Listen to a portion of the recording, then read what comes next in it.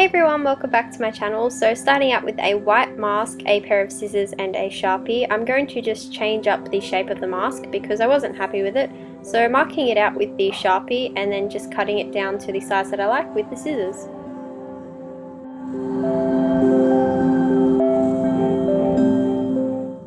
So now that I have a new shape for my mask, I'm going to be taking a bamboo craft stick and a Sharpie, and I'm just going to be colouring in the stick instead of using paint. That way I don't have to wait for it to dry, and I think it's just a lot easier in general.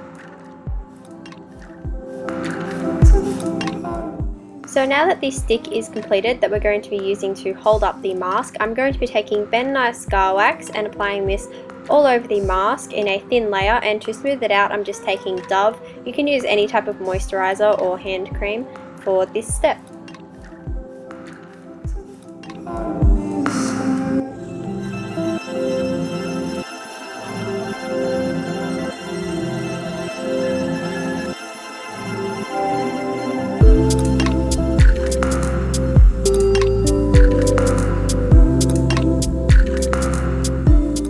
And it got to this point when I realised I didn't need these strings anymore, so I just cut them off the mask. Once I completed applying the thin layer of scar wax, I'm then just going to colour the scar wax because it wasn't exactly matching my skin. So I just took a Garnier BB cream that I use every day and I just rubbed this on top.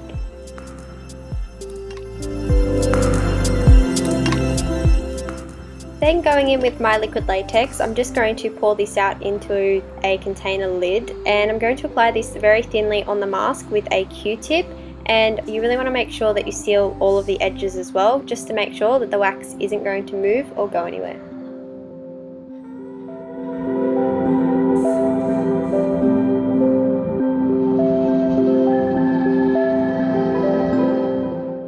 After I finished applying the latex, I let it dry for a few hours, and at the moment it's not completely dry. As you can see, it's not clear.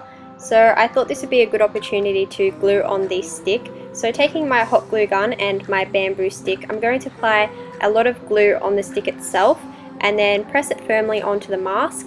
And just to really make sure that it wasn't going to go anywhere, I took my hot glue gun and also just went around the stick with lots and lots and lots of glue, and it's just for extra precautions, I guess. So after that I just set it down to dry, and this is a few hours later again. It is completely dry and it is very clear, but the problem was it didn't match my skin tone again. So I'm going in with a lighter liquid foundation. This is the Maybelline Age Rewind in Ivory, and I'm just going to be applying it with a brush this time.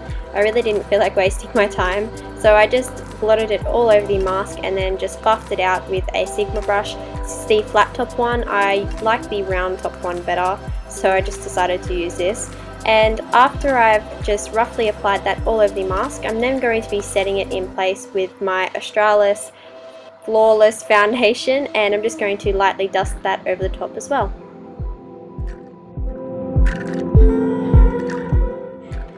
Then taking a matte brown eyeshadow and a large fluffy brush, I'm going to just apply this in the eye socket area and around the border of the mask. It will give it a very defined and very contoured shape.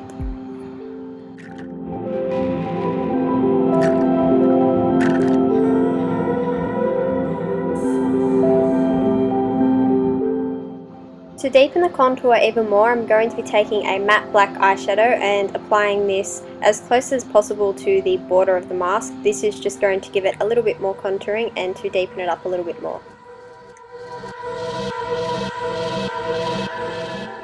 So now it's time to fill in the brows. I'm using my Essence Brow Duo, and I'm going in with the darkest colour and just applying it very lightly. This is going to be my guidelines of where I'm going to be applying more of the eyebrows later on.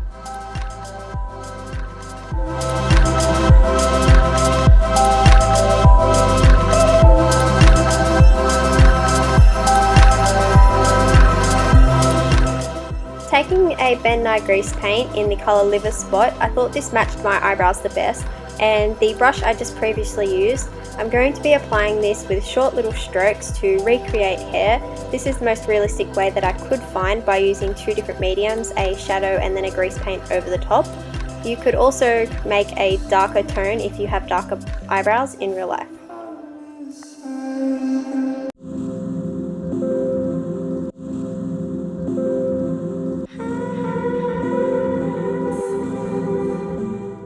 Once the brows and the shading are done, it's really starting to come along, so the next step is taking my dark crimson Ben Nye colour and applying this where we did our contouring, so around the border of the mask and in the eye socket area. This is going to be the deeper colour before we apply our blood.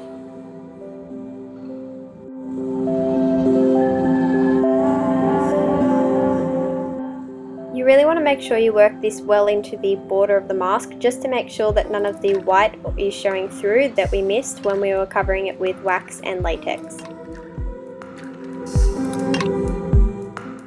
For the next step, I'm going to be applying these staples, and the way that I applied them was I took one whole bar of the staples and a pair of scissors. Staples aren't very visible on their own, so I broke them off into chunks of 2s and 3s. This made them a lot more visible to the camera and to the eye.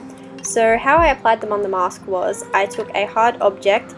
For the tutorial, I just used the back of a foundation and I bent down one of the sides, as you can see.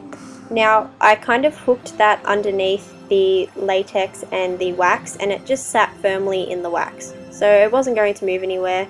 So yeah, that's pretty much what I did. I just went through and bent only one edge and just hooked it underneath the wax and repeated the step.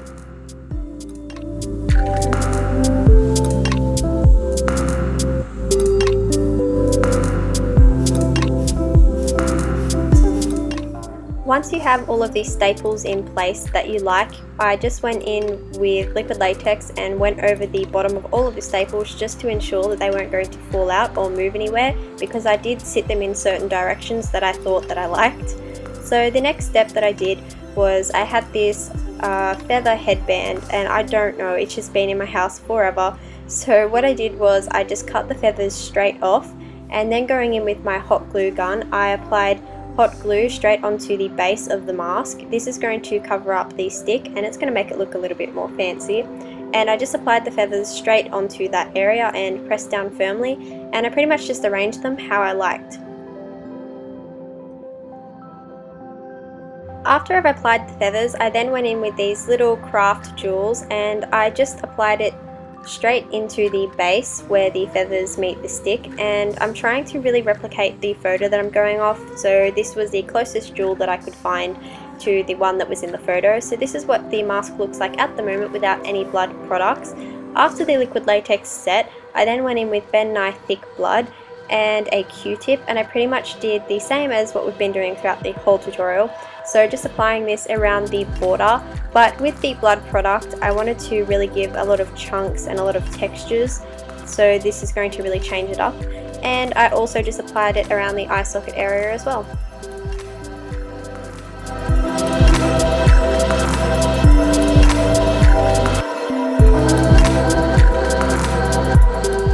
For the final step, I'm going in with Ben Nye's Dark Blood, and I chose Dark Blood over Stage Blood purely because of the colour. And I just applied this onto a paper plate, and with a sponge I just dabbed this all over the mask, and of course I did this a little bit more messily than I have, just to really give it a realistic bloody look. And yeah, I just turned the sponge in different directions and just spread it out all over the mask to give it a little bit of a splatter and smear effect.